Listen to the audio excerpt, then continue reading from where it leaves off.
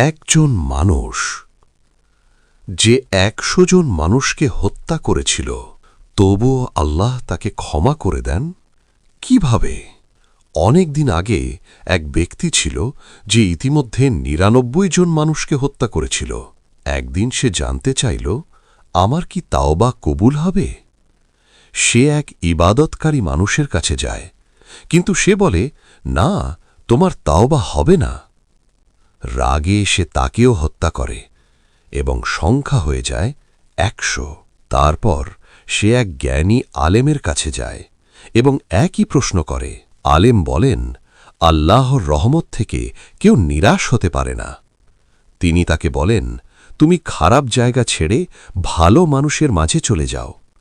লোকটি সেই পথে রওনা দেয়, কিন্তু মাঝপথেই তার মৃত্যু হয়। ফেরেশতারা বিতর্ক শুরু করে, সে কি জান্নাতে যাবে না জাহান্নামে? শেষে আল্লাহর রহমত জয়ী হয় এবং তাকে ক্ষমা করে দেওয়া হয়। এই গল্প আমাদের শেখায়, তুমি যত বড় পাপই করো না কেন, আল্লাহর দরজা সব সময় খোলা।